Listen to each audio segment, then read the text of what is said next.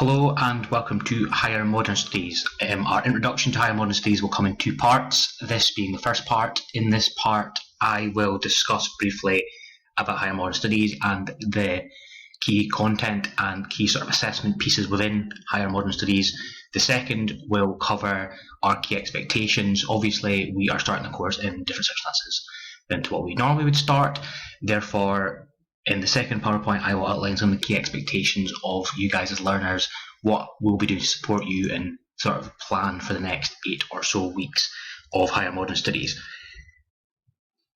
This PowerPoint will look at some of the key parts of the course. So we'll talk about what we study, what topics are covered, what are the 3 topics we cover. We'll talk a lot about resources, what you might need to help you and what we will do to support you. That'll also be covered in detail in the second PowerPoint. Skills, we'll talk a little bit about what skills are involved in Higher Modern Studies, how they might potentially link to things you may have done in the past if you did National Higher Modern Studies before. We'll also talk about how they are assessed, so we'll talk a little bit about the assignment, and then we'll also talk about the exam as well, what the 2 exams include and what you will need to do come exam times next year in 2021. We'll also briefly cover keeping in touch, and we'll cover homework, obviously something that right now isn't important, but it's something that will be important as we return to school and continue on with the course. So first of all, I am going to go through the course content. There's 3 key topics within Higher Modern Studies, and I'm going to talk briefly about sort of what is in each part of the course and what we'll cover within each section. So, first section is Unit 1, Development and Underdevelopment Issues in Africa. This section is divided into sort of 5 key bits, and we'll work through them in this sort of order. The first part of the course links to development issues in Africa and what has potentially caused them. We will look a little bit at the background of Africa. It's a very resource-rich continent, a continent which has a very diverse population. We're going to talk a little bit about what has caused Africa to potentially be less developed than it could be. We're going to group these sort of explanations for underdevelopment into 3 key categories. The first being social. That's going to include things like health issues. We'll look at HIV and AIDS, Ebola and other key health issues. We also might look at education within that section. There's economic. In the economic sector, we'll talk about trade, we'll talk about aid, and we'll talk about the resources in Africa and how they're potentially being misused and how they could help Africa reach its potential. Finally, we look at political factors, so that'll be things like dictatorships, it'll be things like civil wars, it'll be things like poor governance and how that has an impact on Africa. Once we have discussed some of the causes, we move on to the consequences section. The consequences section has 3 key bits. The first part is how has underdevelopment or a lack of development impacted on individuals. That will be individuals in Africa, it'll be groups like children, women, and so on. Once we've done that, we will move on to look at how it affects countries, so how it affects countries within Africa. And then the third part of that section asks us to look at international community, so how does underdevelopment in Africa affect all of us, affect everywhere around the world, and we'll look at some of the effects of it. Once we have looked at the consequences, we move on to the responses or resolutions of the issue and basically how the issue can be resolved. We look at different parts within that, one part being the effectiveness of individual countries in resolving issues. In this section we'll look a little bit at DFID and the UK government as well as the Scottish government and how they have responded to underdevelopment in Africa and tried to resolve the issue. We also look a little bit at the role of international organisations in resolving the issue as well. How have groups like the United Nations or the African Union and the EU attempted to tackle the issue of underdevelopment within Africa and how effective have those responses been. The coverage of Unit 1 will last up until the summer holidays and a little bit after the summer holidays. Once we have completed Unit 1, we'll move on to Unit 2, which is social inequalities in the UK. This topic has quite a few key sections, 6 this time. The first of those is the nature and extent of inequalities in the UK. Inequalities in the UK includes 2 key areas of inequality. The first one being health inequalities, so why do some people live longer than others and what are the explanations for that. And the second one is wealth inequalities, so why are some people richer or poorer than one another and what is being done about it. We break the section into two parts, so we will look at wealth and we will look at health inequalities, and we'll look at the theories behind the causes of those inequalities. Once we've looked at the theories, we will look at how it affects different groups, so we'll look at how people with potential low income, with lower educational levels, those who struggle to get employment, those who've got poor housing, suffer inequalities, which could be health related. We also look at social mobility, what is social class and how does it affect people's lives. We will then move on to the attempts to tackle this, so we'll look at legislation. That's basically just government policies. What have different governments tried to do? Do different political parties and different governments have different ideas around this? We'll look at the impacts of benefit cuts and the impacts of the provision of services and how they can help disadvantaged groups. We will then talk about the collectivist versus individualist debate. They are the two key approaches to this topic, collectivism and individualism, and we'll talk about what they are and how they are implemented by different political parties and how they manifest themselves in policy within governance. We will then look at specific groups who are affected by inequality. We'll look at racial inequalities, gender inequalities, and we'll look at how effective, again, the government have been in tackling these inequalities, and we'll make an overall judgment by the end of this topic how effective different governments have been, how effective the government are in tackling health and wealth inequalities.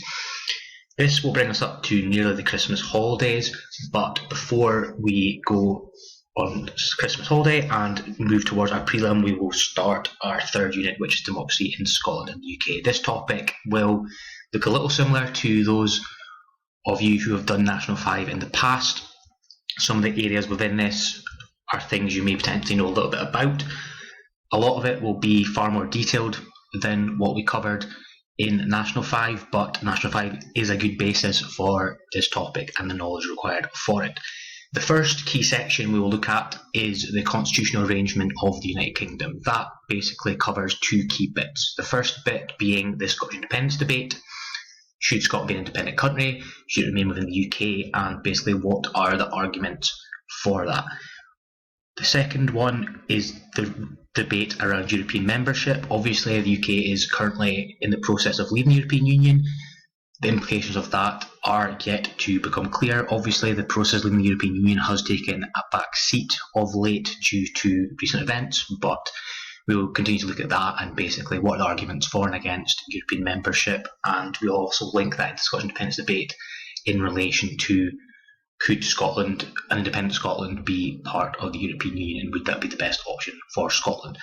Once we have talked about those constitutional matters, we move on to the political process. That largely revolves around Westminster, and we'll look at the sort of responsibility of policymakers and of politicians and what their role is within the political process.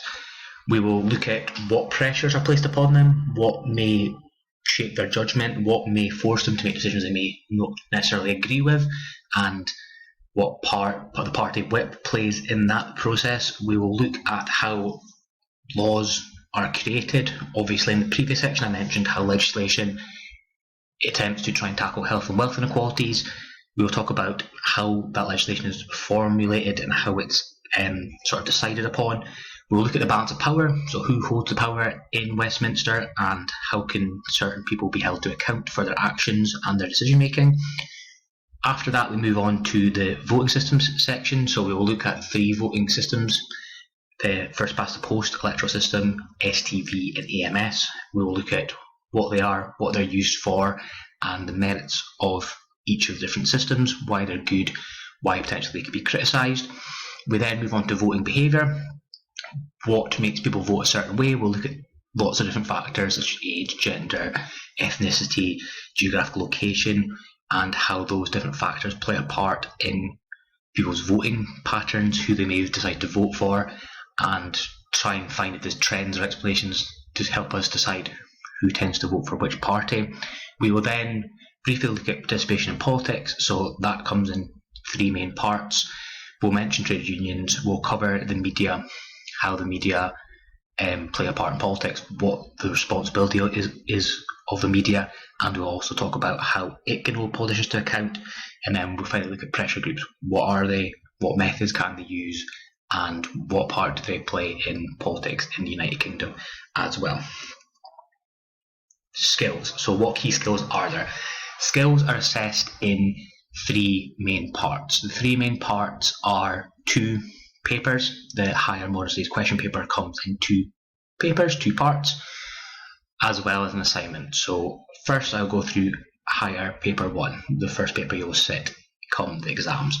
This paper is an hour and 45 minutes long, and it focuses on 3 key skills. The three skills being analysing, evaluating and discussing. So all essays you will be asked will be from one of these 3 key skills. So you'll be asked to analyse why some factors might be more important than others. You might have to evaluate the importance of different factors, or you may have a discuss question, discuss some of the cause of an issue. The way it's assessed is as follows. There are 3 essays you have to write within the hour and 45 minutes. One of those essays will be worth 12 marks, the other 2 worth 20 marks. So that obviously makes paper 1 out of 52. The essay can come in any order, so the 12-mark question could be in Unit 1, Unit 2, Unit 3. It is not specified which one it could be. So as we are preparing for this exam and as we're doing essay writing, we will practice both 12 and 20-mark essays in all 3 sections, because obviously we will not know which section the 12-mark question may come up in. Obviously an hour and 45 minutes does not sound like that much time to write 3 substantial essays. That is why there will be a lot of focus on essay writing, and we will do timed practice essays as well as we go on through the year to make sure you can complete 3 essays to a good standard within the allotted time. Once you have completed paper 1, we have paper 2, which is slightly shorter. It's an hour and 15 minutes. It's got 3 key skills as well. 2 of them, again, will look slightly similar to something we've done in National 5. The first one, which is basically identify and explain selectivity. That's our selective use of facts question we did at National 5. There's also a progression from National 5, but the National 5 question gives you a little bit of background for it. We have got drawing and supporting conclusions, very similar to the conclusion questions at National 5, but again, just a slight progression from that. And then there's a new skill, the reliability question, which is worth 8 marks, which is basically looking at different sources of information and saying why they could be useful or not as sources of information. Some of the skills it says there may be similar to skills you developed in National 5, others are new, like the source question, the reliability source question, but other ones are skills you've at least done partially in National 5. The third bit of assessment is the assignment. The assignment again is relatively similar to the National 5 assignment. Its purpose is to cover some key modern studies skills. The first then being able to identify a current topic, being able to research the current topic, and being able to use a variety of sources. Again, the analysing of sources and analysing information, evaluating, reaching decisions, and showing knowledge and understanding of a key topic. In the modern studies assignment, you will pick 3 key responses to an issue of your choosing, and you will suggest the pros and cons of each potential approach. You will then come to a judgment about which you think may be the best approach to take. We will cover this in more detail when we get nearer to the time of writing the assignment, but the assignment in higher modern studies is worth 30 marks, therefore a significant amount of marks, so it is a big important piece of work that you must complete to a good standard in order to do well in higher modern studies. It's written up in an hour and a half. As I said there, it's worth 30 marks. It's something we'll return to around February, March time. We will give you time in class to research and start to prepare drafts of assignments, and then we will go through the recommendations and expectations of that as we get near February and March. Resources. We'll cover this in a bit more detail in the second PowerPoint, but there will be plenty of resources available to you. These recordings will be done over classwork. I will discuss the class plan in the second PowerPoint, but in addition to PowerPoints and lessons, there will also be additional resources available to you. Some may be background reading, some may be revision booklets which we hand out to you near the prelims, some will be skill booklets and examples of skill questions, We will give you lists of essays and potential essays you may be asked to write, and then we also will go through, when we start essay writing, some key examples of pupil work, what is good, what is bad, what gets marks for certain skills, and so on as we go through it. Essays are the major part of model studies. As you saw a few slides back, 52 of the 110 marks are available for essays. That means there'll be a lot of focus placed upon these essays. What we have created is an essay list, and the essay list divides all the essays that have come up in higher modern studies, as well as other essays that could potentially come up in modern studies, and it divides them into 3 key categories. There is a purpose behind these categories. It is to help you identify which essays are the most important to do, and it will help you to identify the ones you maybe have not done and you should do pre-prelim and before the final exam. The list is divided into 3 sections. The first, mandatory. These are essays we'll expect everybody to complete. These mandatory essays will either be set as homework or will be done as timed essays within class. You must be writing these essays. This mandatory list is designed to cover a wide spread of topics, and it's designed to provide you with a lot of coverage of different parts of the course. The second style of essay may be recommended. That is basically me and Mr. Buse highly recommend you practice this essay. A recommended essay may be similar to a mandatory one, but recommended essays are important and will be good revision tools. Some of these again may be set in class or as homework. Others you may have to write in your own time as revision moving towards prelims and final exams. And finally, the optional list are further essays for you to refer to and attempt as we get towards exams. Again, there'll be quite a lot of repetition within these essays. They may be similar to mandatory ones, but they are good revision tools and recap tools and practice for essays moving forward. Initially, we will do essays untimed. We will give you a chance to practice a skill. The essays are a big progression from National 5P questions. You have to do far more to get marks in higher modern studies, but as we move forward, we will start to put under time conditions, and we will start to practice the timed element within it, because obviously an hour and 45 minutes is not a significant length of time to write 3 essays. Therefore, we will need to practice our speed to get the essays done on time.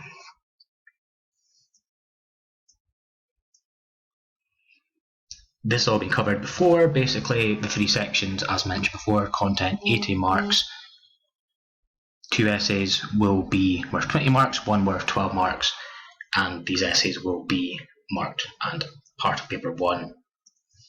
Paper 2, as mentioned, 3 skill questions, and then we've got the assignment, which is worth 30 marks. So the overall mark for higher modern studies B is 110. Keeping in touch, obviously Google Classroom is very important in this moment. Everything will be through Google Classroom at this point, but moving forward, Google Classroom will be consistently used as our main point of setting on homework and giving you work home to complete. Homework, again, obviously at home just now, but as we move forward, homework will become an important part. So too will keeping up to date with the news. We'll expect you to keep up to what's going on in the news, recent examples, explanations. Obviously, democracy, social inequalities, and Africa are ever-changing topics. Therefore, you need to keep on top of what's happening and what's new in the news. Classwork, there'll be a variety of tasks for you to complete in class.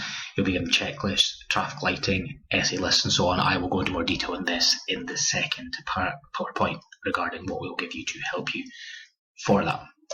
If you have any questions, please just give me, Mr. Hinson, or Mr. Buse an email.